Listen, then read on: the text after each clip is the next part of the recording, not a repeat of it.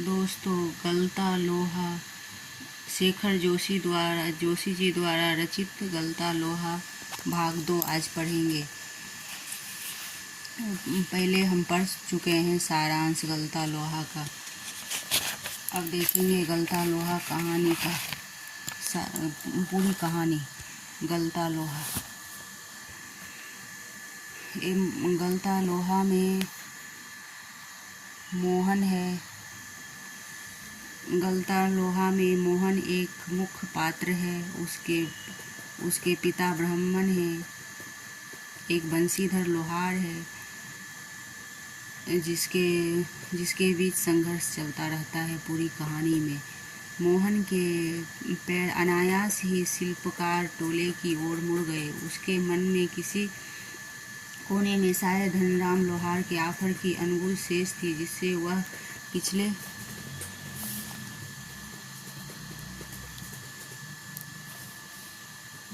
पिछले 3-4 दिनों से दुकान की ओर जाते हुए दूर से सुन रहा था। निहाई पर रखे लाल गरम लोहे की प्रति हथौड़ी की थप आवाज, लोहे पर लगती चोट से उठता ठनकता स्वयं ही निशान साधने से पहले ही खाली निहाई पर पड़ती हथौड़े की खनक जिन्हें वह दूर दूर से पहचान सकता।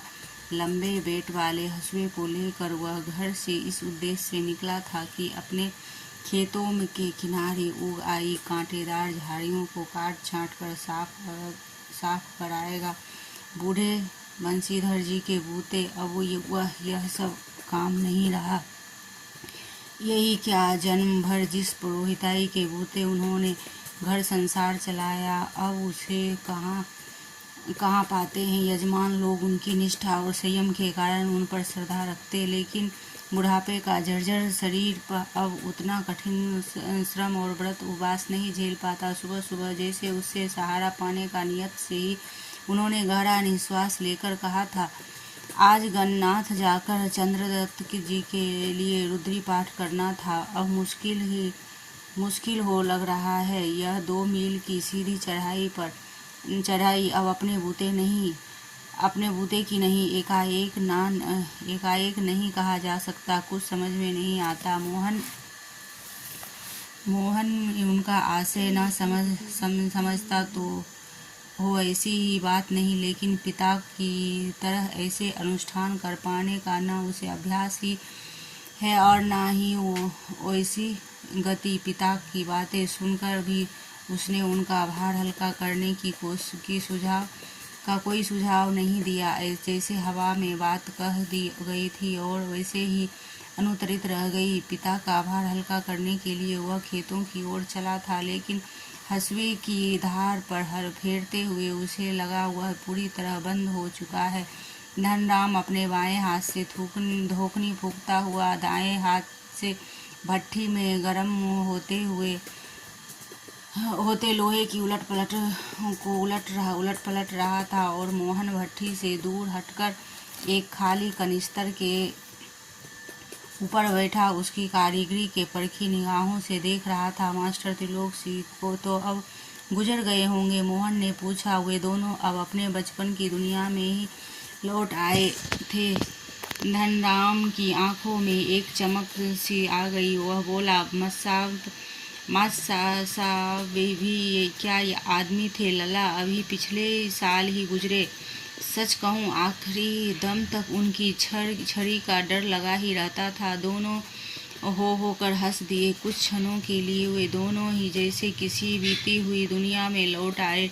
गोपाल सिंह की दुकान से हुक्के का आखिरी कस खींचती त्रिलोक सिंह स्कूल की 4 दीवारी से उभरते हैं। थोड़ी देर पहले तक धमा चौकड़ी मचाते, उठापटक करते और बांझ की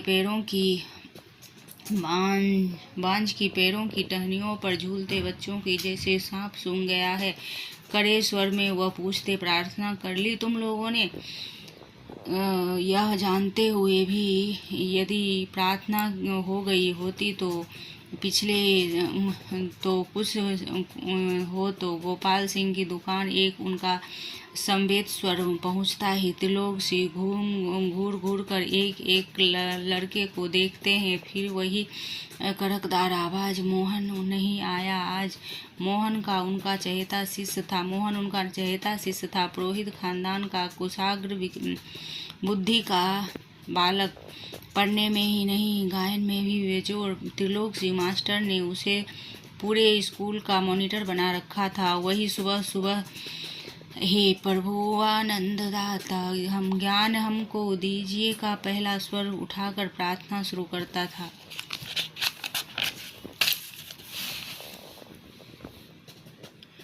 मोहन को लेकर मास्टर त्रिलोक सिंह को बड़ी उम्मीदें थी। कक्षा में किसी छात्र का कोई सवाल न आने पर भी सवाल वे मोहन से पूछते और उनका अनुमान सही निकलता। मोहन ठीक ठीक उत्तर देकर उन्हें संतुष्ट कर देता और तब वे उस फिसिड्डी बालक को दंड देने का भार मोहन पर डाल देते। पकड़ इसका कान, अब लगवा इससे 10-10 उठक बैठक, वे आदेश देते। और धनराम भी उन पर अनेक छात्रों में से एक था जिसने त्रिलोक सिंह मास्टर को आदेश पर अपने हमजोली मोहन के हाथों कई बार बेत खाए थे और कान खिंचवाए थे। मोहन के प्रति थोड़ी बहुत ईर्ष्या रहने पर भी धनराम प्रारंभ से ही उसके प्रति स्नेह और आदर का भाव रखता था। इसका एक कारण शायद यह था कि बचपन से ही मन में बैठा दी गई जातिगत हीनता के कारण धनराम ने कभी मोहन को अपना प्रतिद्वंदी नहीं समझा, बल्कि वह इसे मोहन का अधिकार ही समझा था।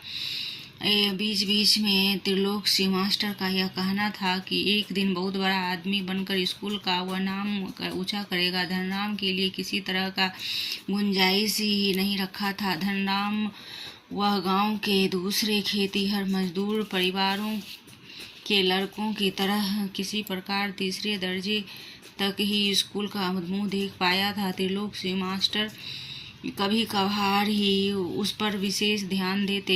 एक दिन अचानक ही उन्हें पूछ लिया था, धनुआ 13 का पहाड़ा सुना तो? 12 का पहाड़ा तो उसने किसी तरह याद कर लिया था, लेकिन 13 का पहाड़ा उसके लिए पहाड़ हो गया था। 13 और 13 दूनी 24, सटाक एक घंटी उसकी पिंडलियों पर मस्त साहब ने लगाई थी, वह टूट गई। गुस्से में उन्होंने आदेश दिया, जा नाले एक अच्छी मजबूत संटी तोड़ कर ला, फिर मुझे 13 का पहाड़ा याद कराता हूँ। त्रिलोक सिंह मास्टर का यह सामान्य नियम था। सजा पाने वाले को ही अपने लिए हथियार भी जुटाना होता था और जाहिर है बलि का बकरा अपने से अधिक मास्टर के संतोष को ध्यान में रखकर टहनी का चुनाव ऐसे करता जैसे अपने लिए नहीं बल्कि किसी दूसरे को दंडित करने के लिए हथियार का चुनाव कर रहा है। धनराम की मंदबुद्धि रही हो यह मन में बैठा हुआ डर कि पूरे दिन घोटा लगाने पर भी उसे 13 का पहाड़ा याद नहीं हो पाया था। छुट्टी के समय जब मास्टर साहब ने उसे दोबारा सुनने को कहा तो तीसरे सीढ़ी तक पहुँचते वह फिर लड़खड़ा गया था। लेकिन इस बार मास्टर त्रिलोक सिंह ने उसके लिए कुछ बेत का उपयोग करने के बजाय जवान की चाबुक लगा दी थी। तेरे दिमाग में तो लोहा भरा है रे, विद्या का ताप कहाँ लगेगा इसमें।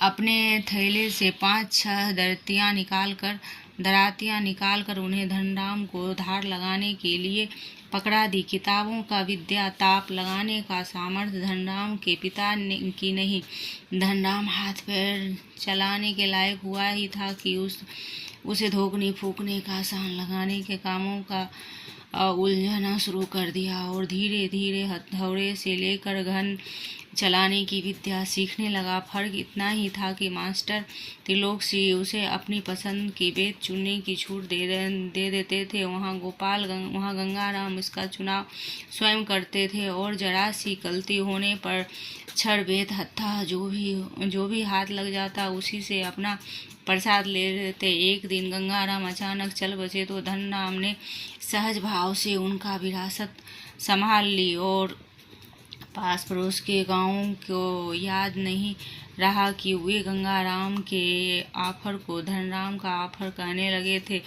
प्राइमरी स्कूल की सीमा लांघते ही मोहन ने छात्रवृत्ति प्राप्त कर ली। त्रिलोक से मास्टर भविष्यवाणी को किसी हद तक सिद्ध कर दिया तो साधारण हैसियत वाले यजमान की पुरोहिताई करने वाले बंशीधर तिवारी का हौसला बढ़ गया और वे भी अपने पुत्र को पढ़ा लिखा कर बड़ा आदमी बनाने का स्वप्न देखने लगे। पीढ़ियों से चलते आए पैतृक धंधे ने उन्हें निराश कर दिया था। दान दक्षिणा के बूते पर वे किसी तरह परिवार का आधा पेट भर पाते। मोहन पढ़ लिख कर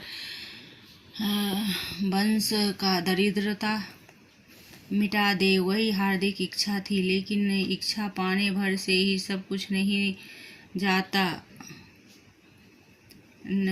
हो जाता। आगे की पढ़ाई के लिए जो स्कूल था वहाँ से 4 मील दूर था।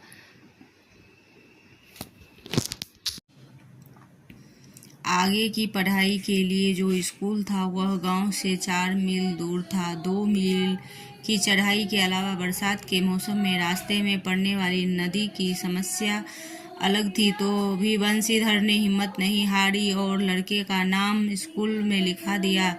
बालक मोहन लंबा रास्ता तय कर स्कूल जाता और छुट्टी के बाद थका मांदा घर लौटता तो पिता पुराणों की कथाओं से विद्या व्यसनी बालकों का उदाहरण देकर उसे उत्साहित करने की कोशिश करते रहते। वर्षा के दिनों में नदी पार करने की कठिनाई को देखते हुए बंशीधर ने पार के गांव में एक यजमान के घर पर मोहन का डेरा तय कर दिया था। घर के अन्य बच्चों की तरह मोहन खा पीकर स्कूल जाता और छुट्टियों में नदी उतार पर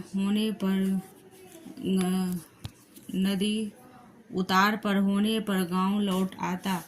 संयोग की बात, एक बार छुट्टी के पहले दिन जब नदी का पानी उतार पर ही था कि वह मोहन कुछ घसियारों के साथ नदी पार कर घर आ रहा था तो पहाड़ी की दूसरी ओर भारी वर्षा होने के कारण अचानक नदी का पानी चढ़ गया। पहले दिन नदी की धारा में झाड़ झखाड़ और पात पतेल आने शुरू हुए तो अनुभवी घसियारों ने तेजी से पानी को काट कर आगे बढ़ने की कोशिश की, लेकिन किनारे पहुँचते मटमैले पानी का रेला उन तक आ पहुँचा। वे लोग किसी प्रकार सकुशल इस बार पहुँचने में सफल हो सके। इस घटना के बाद बंशीधर घबरा गए और बच्चे के भविष्य को लेकर चिंतित रहने लगे। बिरादरी के एक संपन्न परिवार का युवक रमेश उन दिनों लखनऊ से छुट्टियों में गांव आया हुआ था। बातों में बंशीधर ने मोहन की पढ़ाई के संबंध में उससे अपनी चिंता प्रकट की तो उसने न केवल अपनी सहानुभूति जताई बल्कि उन्हें सुझाव दिया था कि वे मोहन को उसके साथ ही लखनऊ भेज दें। घर में जहाँ 4 प्राणी एक हैं और एक और बढ़ जाने में कोई अंतर नहीं पड़ता, बल्कि बड़े शहर में रहकर वह अच्छी तरह पढ़ लिख सकेगा। बंशीधर को जैसे रमेश के रूप में साक्षात भगवान मिल गया हो। उनकी आंखों में पानी छलछलाने लगा। भरे गले से वे केवल इतना ही कह पाए कि बिरादरी का यही सहारा होता है। छुट्टियां शेष होने पर रमेश वापस लौटा तो माँ बाप और अपनी गांव की दुनिया से बिछुड़कर सहमा सा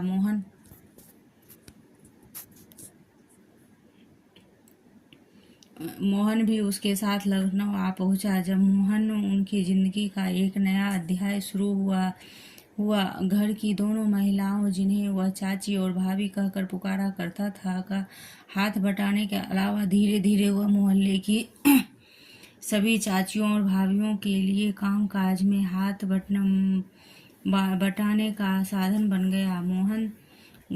मोहन थोड़ा दही ला दे बाजार से, मोहन ये कपड़े धोबी को दे तो आ, मोहन 1 किलो आलू तो ला दे। जो औसत दफ्तरी बड़े बाबू की हैसियत वाले रमेश के लिए मोहन को अपना भाई बिरादर बतलाना अपने ही सम्मान के विरुद्ध जान पड़ता था। वह उसे घरेलू नौकर से अधिक हैसियत वह नहीं देता था। इस बात को मोहन भी समझने लगा था। थोड़ी बहुत हिला हवाली करने के बाद रमेश ने निकट के ही एक साधारण से स्कूल में उसका नाम लिखवा दिया। लेकिन एकदम नए वातावरण और रात दिन के काम के बोझ के कारण गांव का वह मेधावी छात्र शहर के स्कूली जीवन में अपनी कोई पहचान नहीं बना पाया। उसका जीवन एक बंधी बंधाई लीक पर चलता रहा और साल में एक बार गर्मियों की छुट्टी में गांव जाने का मौका भी तभी मिलता जब रमेश या उसके घर का कोई प्राणी गांव जाने वाला होता,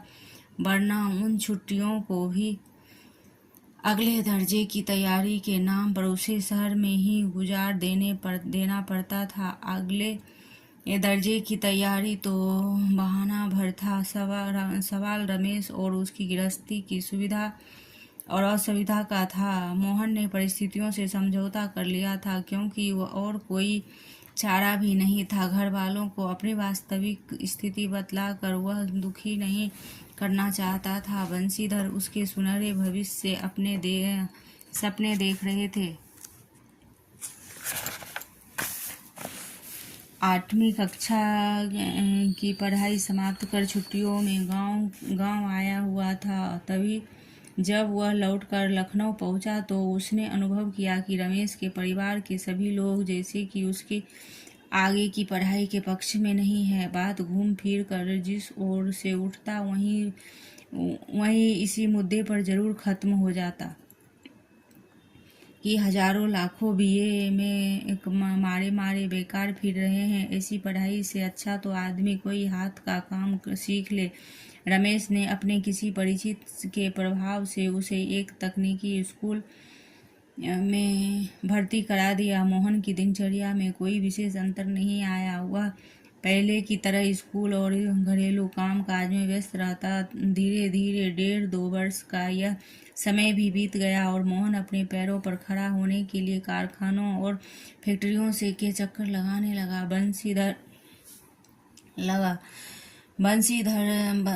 बंशीधर से जब कोई मोहन के विषय में पूछता तो वे उत्साह के साथ उसकी पढ़ाई की बाबत बताने लगते और मन ही मन उनको विश्वास था कि वह एक दिन बड़ा अफसर बनकर लौटेगा। लेकिन जब उन्हें वास्तविकता का ज्ञान हुआ तो न सिर्फ गहरा दुख हुआ, बल्कि वे लोगों को अपने स्वप्न भंग की जानकारी देने का साहस नहीं जुटा पाए।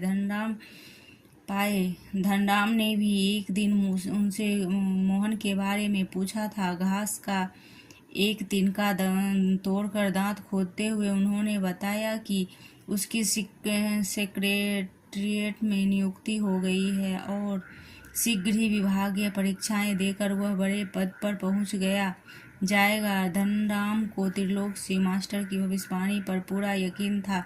ऐसा होना ही था, उसने सोचा। दांतों के बीच में तिनका दबाकर असत्य भाषण का दोष न लगने का संतोष लेकर बंशीधर आगे बढ़ गए थे। धनराम के शब्द मोहन लला बचपन से ही बड़े बुद्धिमान थे, उन्हें बहुत देर तक कचोट रहे। त्रिलोक मास्टर की बातों के साथ बचपन से लेकर अब तक के जीवन के कई प्रसंगों पर मोहन और धनराम बातें करते रहे। धनराम ने मोहन के हसुए के फाल को बेत से निकालकर भट्टी में तपाया और मन लगाकर उसकी धार गढ़ी थी। गरम लोहे को हवा में ठंडा होने में काफी समय लग गया था।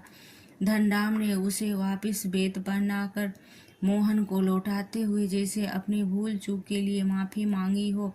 बेचारे पंडित जी की तो फुर्सत नहीं रहती, लेकिन किसी के हाथ भिजवा देते तो मैं तत्काल बना देता।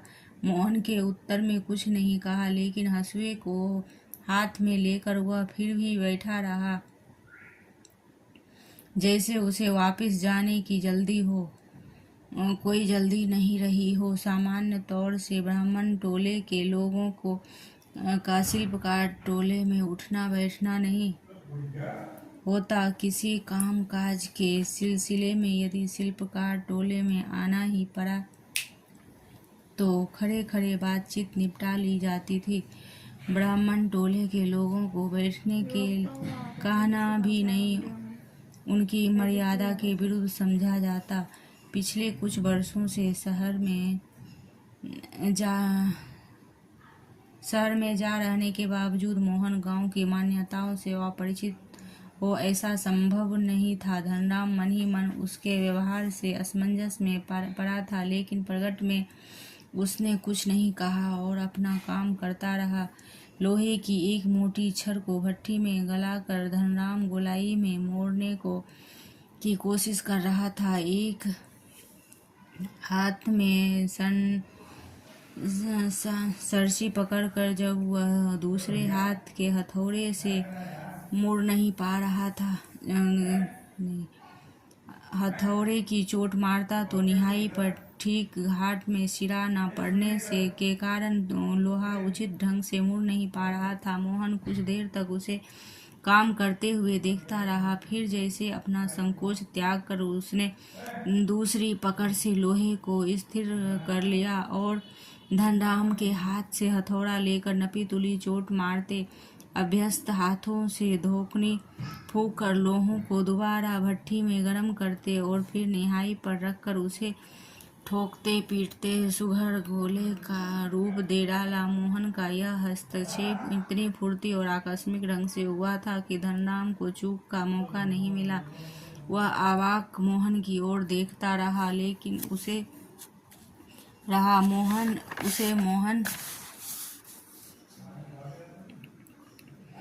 मोहन की कारीगरी पर उतना आश्चर्य नहीं हुआ जितना पुरोहित खानदान के एक युवक का इस तरह से काम में उसकी भट्ठी पर बैठकर हाथ डालने पर हुआ था। वह शंकित दृष्टि से इधर उधर देखने लगा। धनराम की संकोच, असमंजस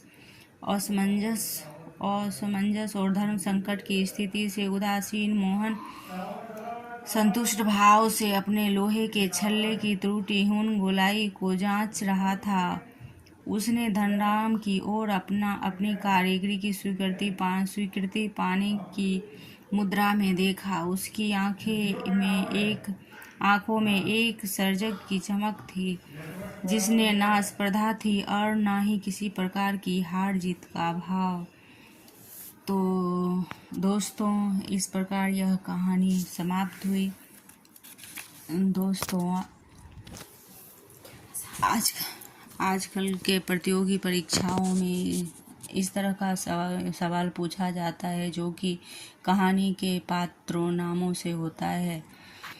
यदि पूरी कहानी नहीं पढ़ा जाए लाइन से लाइन मिलाकर, तो हम सवाल नहीं कर पाते। इसलिए हम कोशिश कर रहे हैं कि आप तक यह कहानी पहुंचाएं।